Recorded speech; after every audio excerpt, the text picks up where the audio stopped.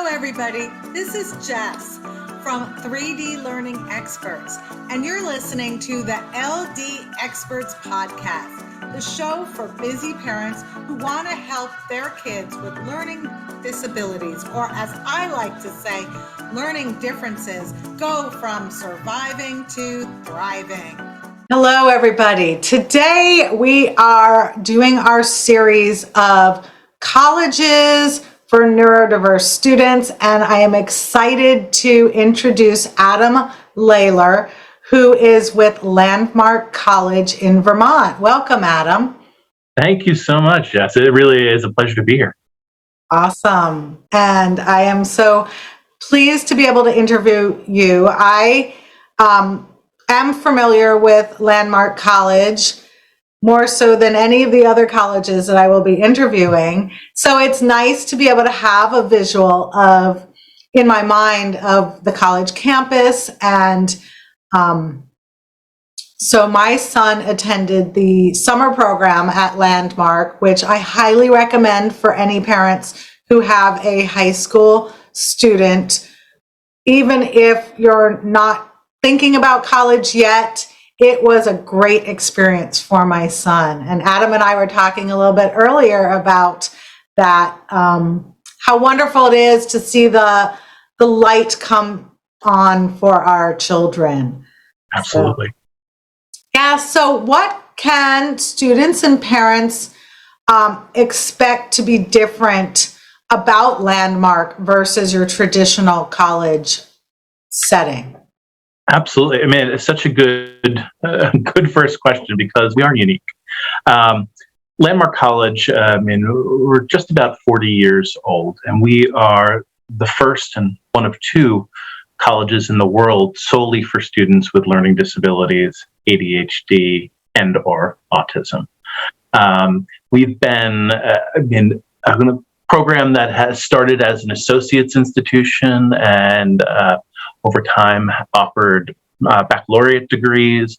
We offer post-baccalaureate certificates for educators to help them better support our children. And we also offer dual enrollment high school students who are looking to develop some skills and certainly earn some credits for college.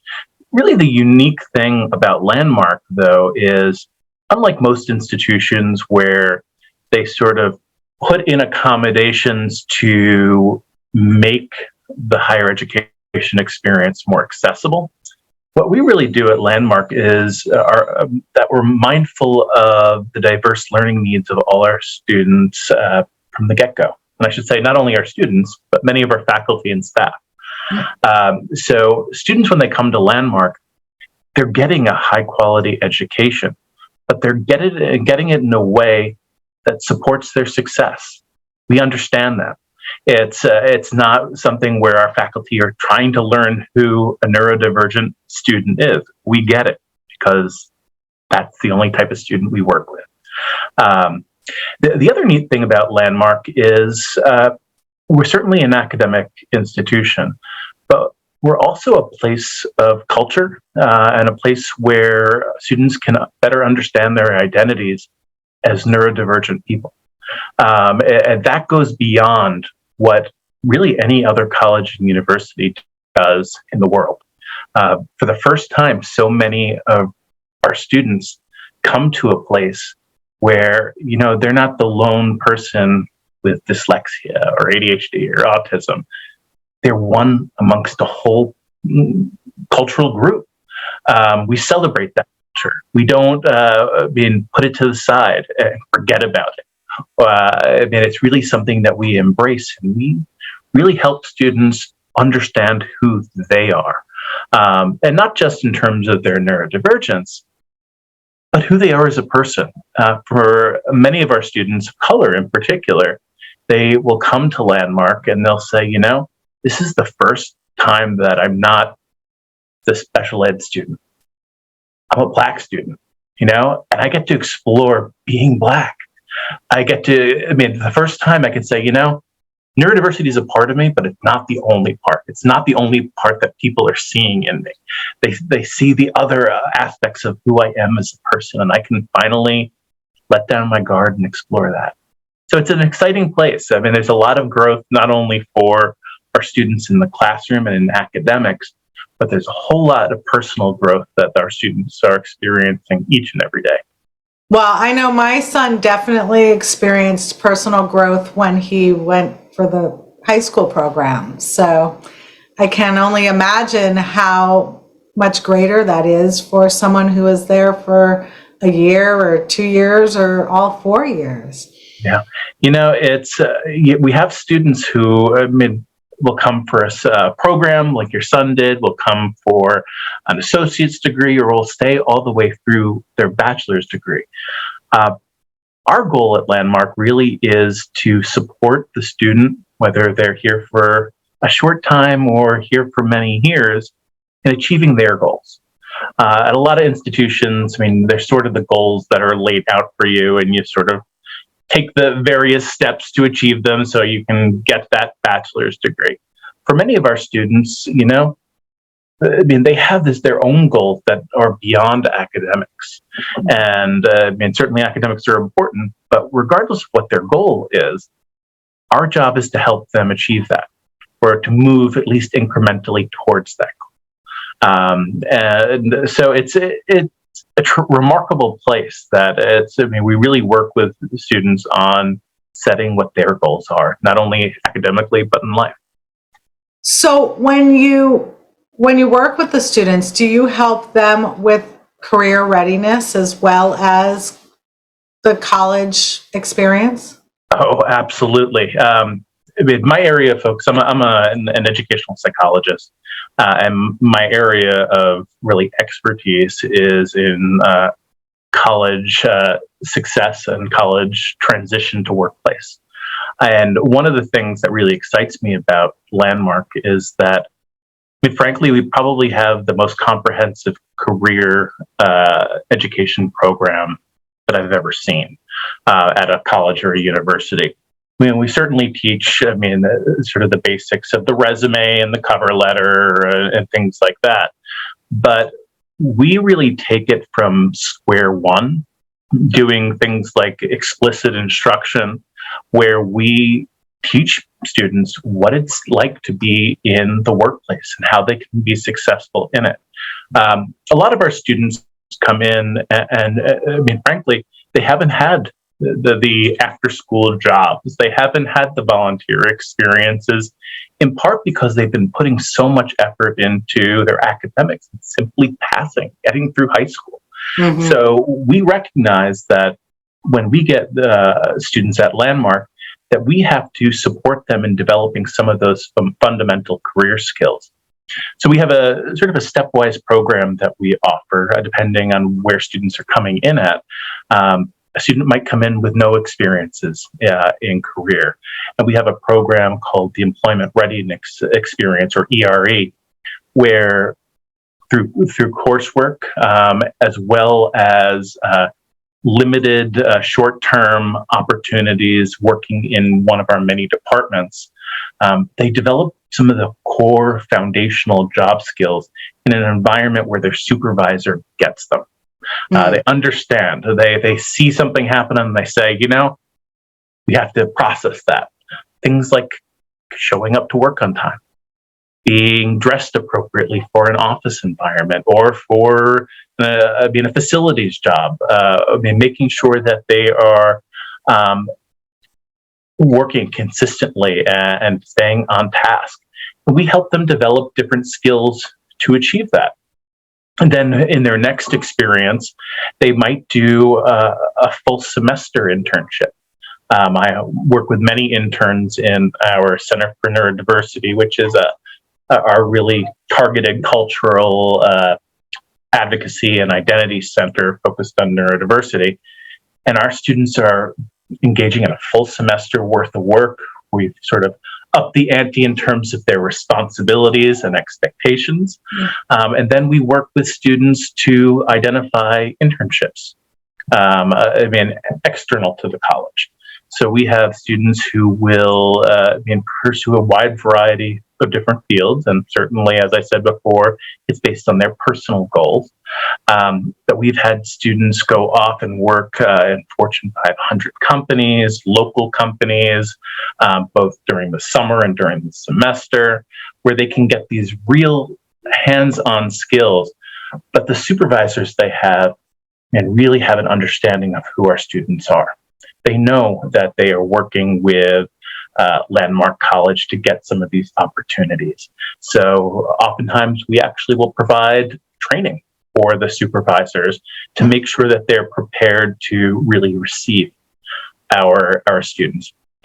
Additionally, we work with a group called Neurodiversity in the Workplace, and it's a movement of companies who are committed to increasing opportunities for neurodivergent people in workplace settings. So we'll collaborate on trainings, we'll collaborate on job fairs for neurodivergent students. And then finally, we launch the students into the real world, or the quote unquote real world. Not that education isn't real, but we launch them into the work world. And they go off, and we help them find things like matches that might meet their goals, as well as environments that might be supportive if that's what they want. And then our Career Connections office will stay in touch with many of our students, supporting them as they navigate jobs or switch jobs. So we have a long-term investment in our students and their success. Well, that sounds amazing.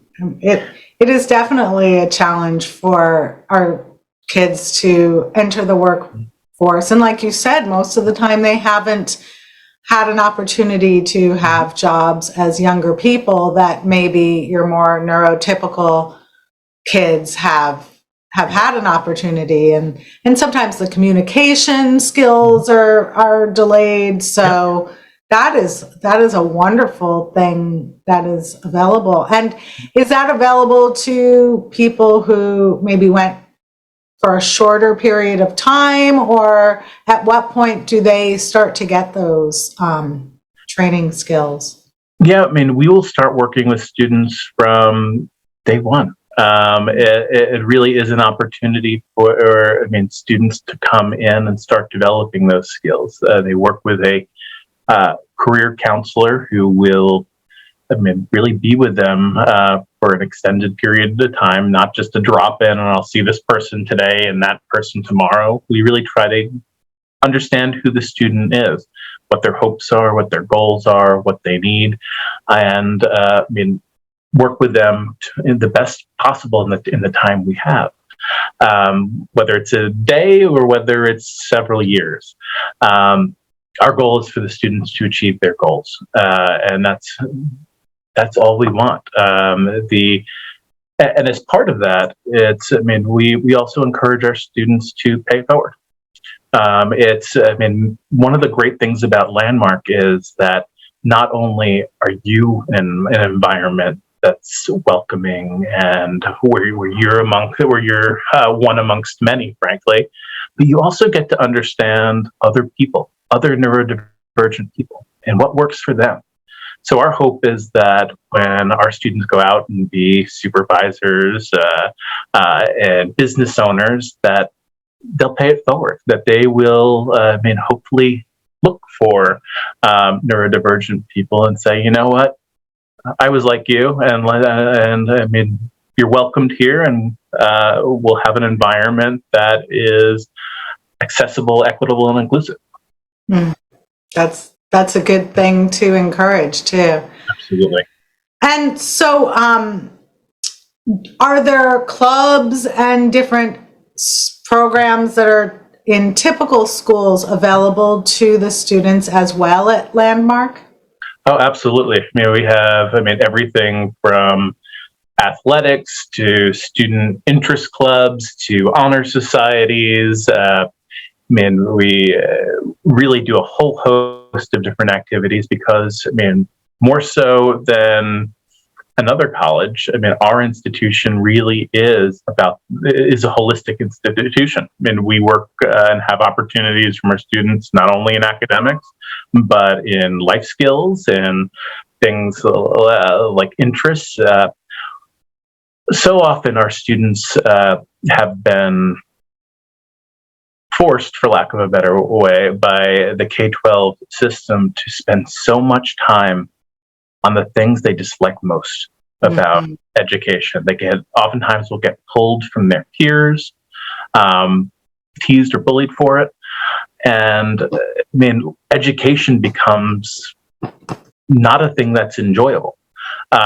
We really want the educational environment to be something that the student is excited to be in, not only now, but for the remainder of their lives. We want to build lifelong learners.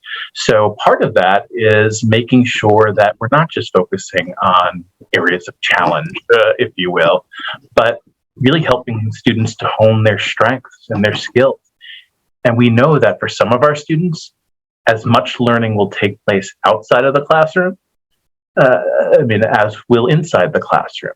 Leadership opportunities to run a student newspaper, to be on television and radio. We have a television station and a radio station. Oh, wow. We have esports for students who want to be part of a team but may not want to be on a traditional baseball or basketball team, which we have. But it really is an exciting campus. And the nice thing about it is, what really sets us apart again is that these opportunities are all filled by neurodivergent people. Oftentimes at institutions, those positions will be filled by neurotypical students, whether it's a resident assistant or a club president, what have you.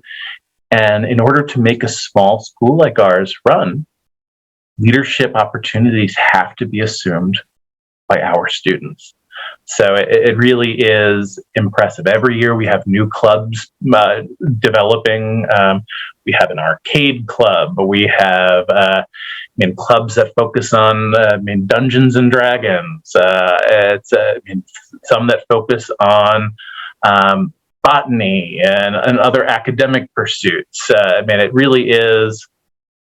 It's a lot of fun. There's never a lack of things to do on campus.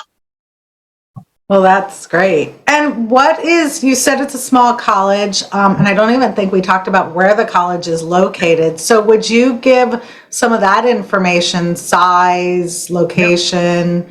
Absolutely. So we are a very small school, specialized school. We're located in Putney, Vermont, which is really right where the states of Vermont, New Hampshire, and Massachusetts meet. So our students have access to a variety of different cities. We're about 2.5 to 2 hours from both Boston and New York City. Certainly lots of airports to get there. We are in a rural area. A lot of nature and interest in those activities. We do quite a bit with outdoor adventure and outdoor education, whether it's whitewater rafting or skiing or what have you. And our student body is just about 500 students. So we are a small institution. We're 99% residential. So our students live on campus in our residence halls. Each of our residence halls is staffed by not only student staff, but professional staff. So there's constant opportunities to learn in that environment, whether it's life skills or how to live with a roommate. I was actually started my career working at a residence hall here, and I spent a lot of time teaching folks how to do laundry, how to systematically clean their room. So all these real life skills that are necessary. We have associates and bachelor's programs, as I noted. They run the gamut. From psychology to life sciences to the arts to liberal studies. Our communication and entrepreneurship. So our students really have, the same opportunities in terms of academics that other students have. Certainly, we're smaller, so there are fewer, but they're, same quality. We have tremendous academic supports here in terms of our whether it's executive function support, where students can meet and develop skills related to organization or initiation or things of that nature. We have writing support, academic tutoring, folks who will assist with mathematics, developing assistive technology skills. It really is wide-ranging. We have a social pragmatics program for students who are looking to develop skills related to interpersonal relationships. So many of our students are at that age where they're looking to have romantic relationships, but are not quite sure how to do it. Mm-hmm. So, we have a team of peer educators as well as professional staff who will, through direct instruction and opportunities to practice and modeling and processing, really help students learn these skills. And sometimes they're very successful. Sometimes they still need some more practice, but these skills are so transferable in life beyond Landmark. Absolutely. So there's quite a bit going on here at Landmark. It's one of the other things that we have that comes out of the division I oversee. I serve as the Vice President for Neurodiversity Research and Innovation at the college. So I do a lot with developing new research and training folks outside of the college. But I also have the opportunity to teach. So I work with a class of students each semester to develop research skills. And our students go from really developing an idea for a research study, doing the background research, going through ethics review, to actually creating, collecting the data and analyzing it using statistical analyses or qualitative analyses, then on to how do you actually disseminate what you find, whether it's through writing or poster presentations or discussion. So our students really have a number of opportunities. And we talked about career, but our students also go on to graduate school. Wow. Had a number of students go on to get their master's degrees, doctoral degrees. I have one student who's in the process of graduated a few years ago, in the process of applying to graduate programs, like doctoral programs. Have another student that I worked with 20 years ago that I stay in touch with that is finishing up his PhD at the University of Texas in history and the history and national defense, I believe, is his area of focus. So it really is remarkable what our students can do when they're given the right environment, when they're given the opportunities, and frankly, given the encouragement. That's amazing. So what are the admissions requirements for Landmark? Yeah, that's a really good question. In terms of requirements, our students do complete the common application. So it would be, things associated with that. We are looking for students who, are either diagnosed as being neurodivergent or who have a history of having challenges in those areas. We recognize that documentation and testing is expensive, and not all folks are eligible or able to get that documentation for one reason or another. And we don't want to hold that against students. Nice. We want to make sure that students who, and if your teacher writes in something and says, they've always struggled with reading. They read at this level. We'll consider that. We'll definitely consider that. If they have an IEP but don't have current documentation, we'll look at that. We're about providing opportunity to this population of students who have been marginalized in our society, not because of their own needs or who they are, but frankly because society has failed them. And we want them to have opportunities. So we do our best to serve students who we can be successful in supporting.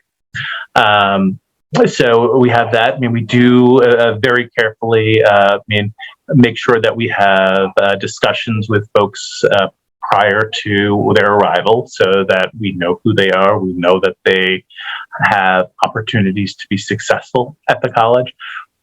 We make a very strong distinction between college ready and college capable. A lot of our students may not be college ready at the moment. Mm-hmm. They may need some additional skills developed. So we are really looking for students who are college capable, students who, with the right supports, can be successful in the higher education environment.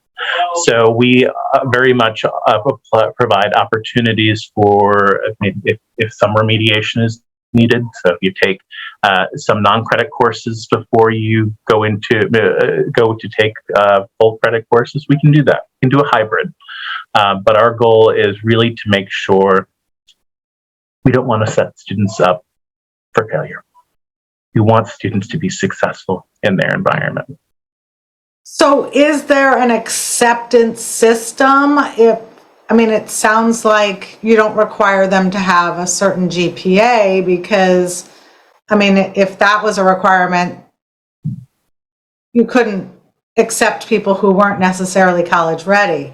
Are there people that you don't admit to the college? Absolutely. There certainly are, for a variety of different reasons. Some students, no matter what we might want as parents, school is not where they want to be right now. We recognize that a lot of high school students have not had great experiences, and this is not where they want to be in higher education. And sometimes they still apply for one reason or another. And we look at that and we know that if you don't want to be here, that's one of the biggest indicators of whether or not you'll be successful. That's a requirement that I have for my tutoring students as well. They have to want to do it or they're not going to make the progress. So I totally get that. Yeah, and there's and that's not to say they never will be ready. Right. Absolutely.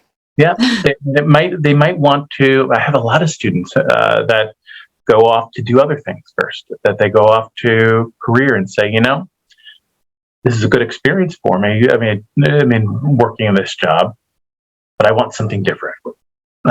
Sometimes I just want something different. Sometimes I want something that requires more education, and then they return to us.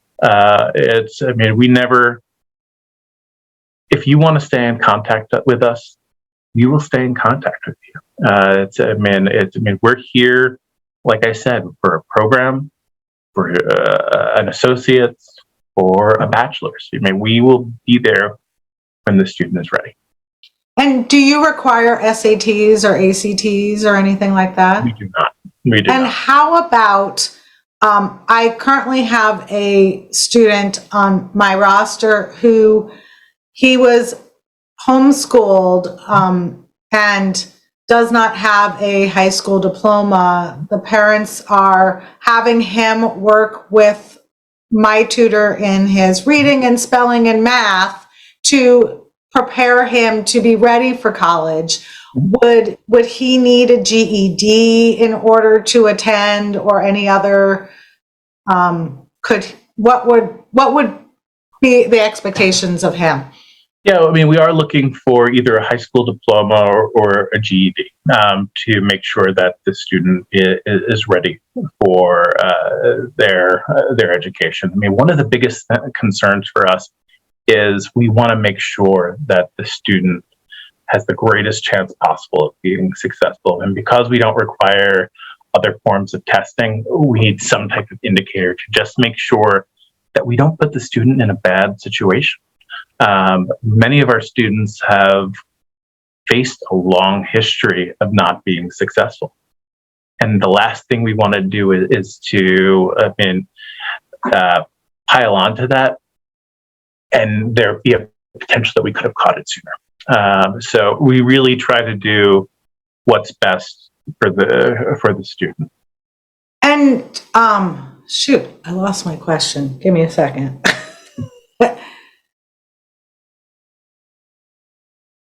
Oh, got it. Are all the students required to do all of your general ed classes in order to receive their degree at the end? Yeah, I mean, what our students do is they work with their advisor. We do have, some required coursework. One of those is our Perspectives in Learning course, which really is our foundational course at Landmark.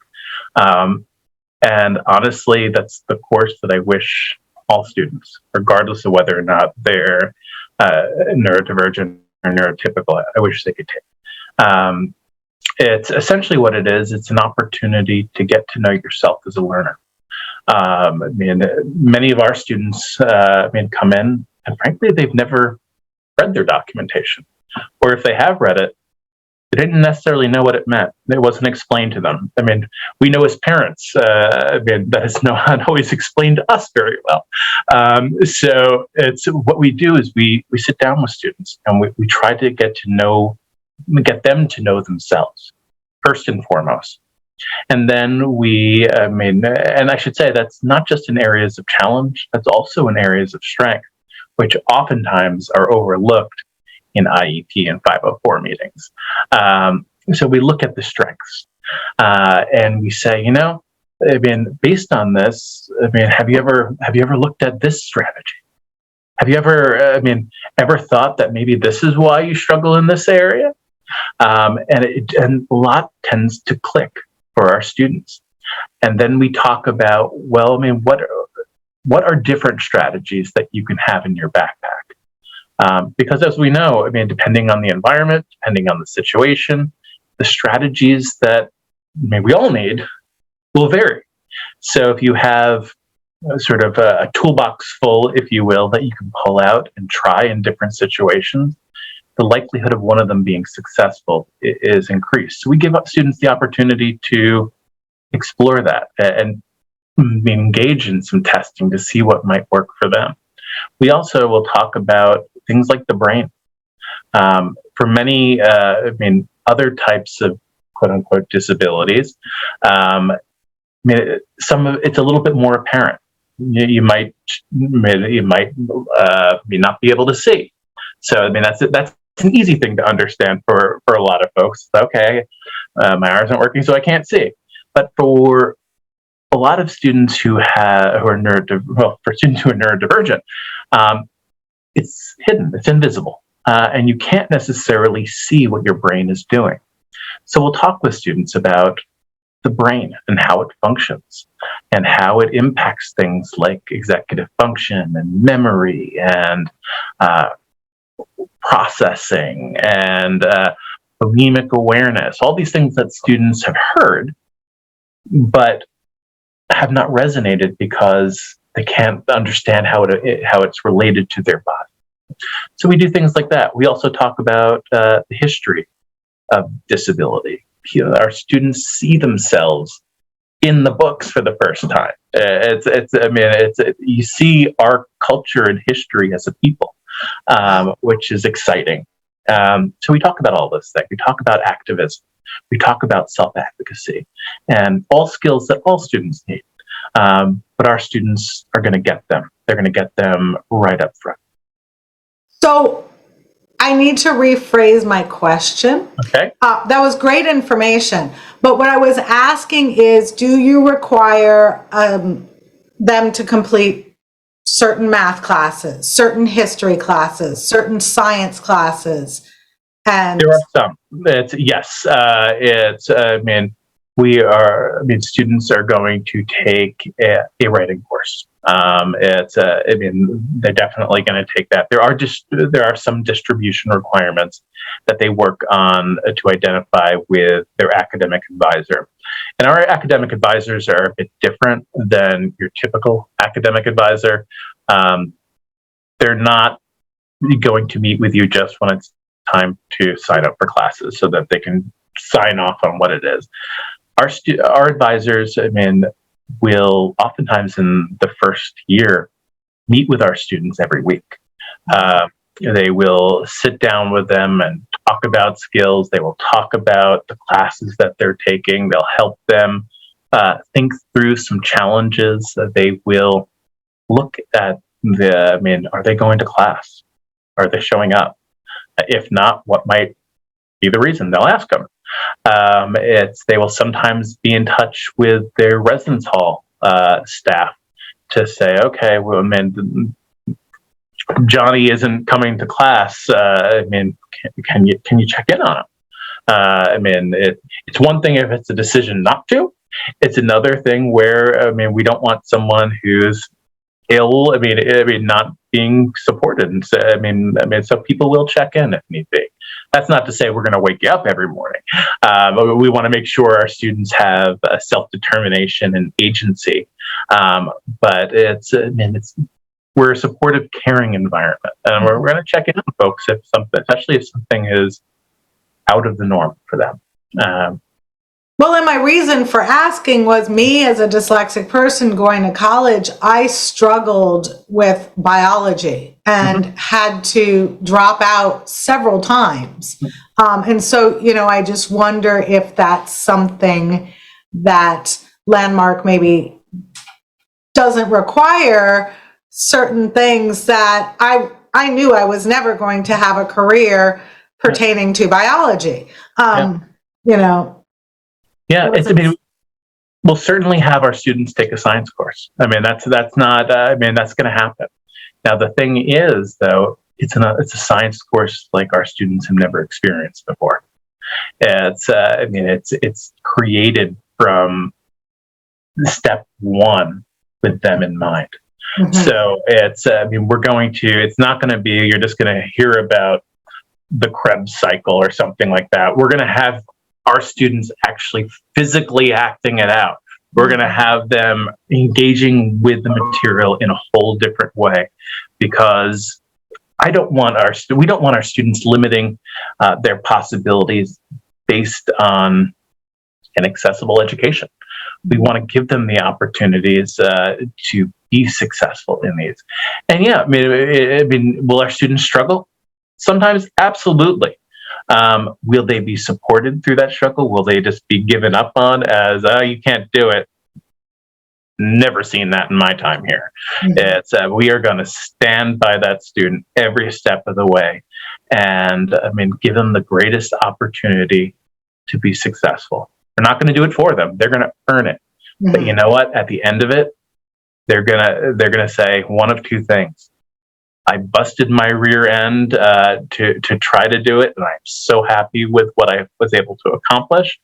Or, wow, I never thought I'd be able to accomplish that.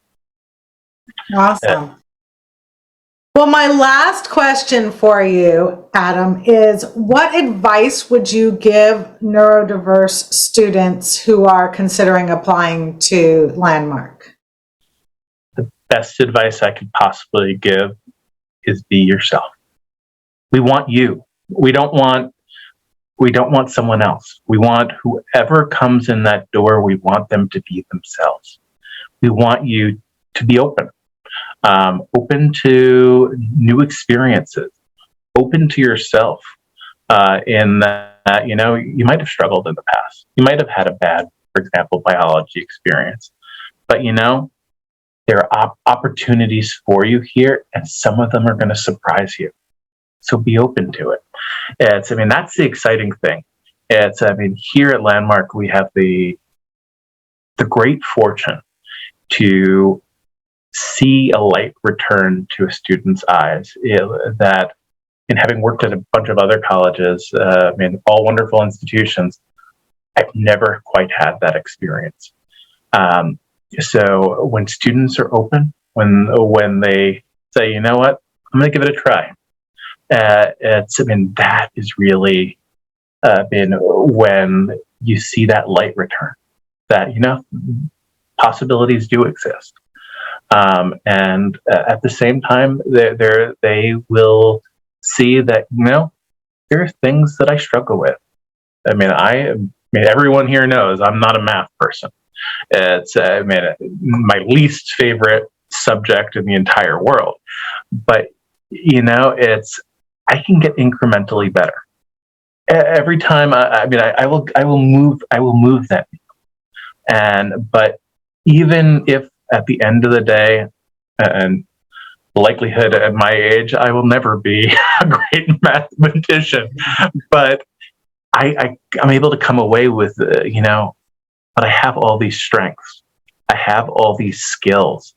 I have all these opportunities and things that I can give to others. I've developed a level of care for other people who are neurodivergent, that I can work to change other lives.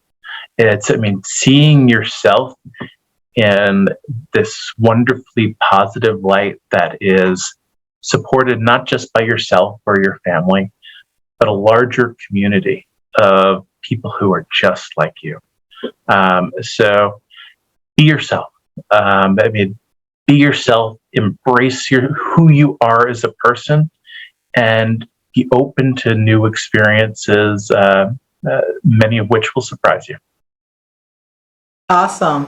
Thank you so much again, Adam, for taking the time out of your busy day to talk to our listeners, to help them learn more about the fact that their kids can potentially go to college and get an associate's degree, a master's degree, a bachelor's degree. I got that backwards. But any of those are possible for our neurodivergent children's future. And sometimes we are afraid that is not a possibility. So thank you for sharing that really truly is possible for them. It absolutely is. And like I said, we wish the best for absolutely every student. Eventually they will be the change in the world that both you and I, as parents of neurodivergent people, want to see. So to everyone, good luck, and thank you so much for having me, Jess. It really was a pleasure.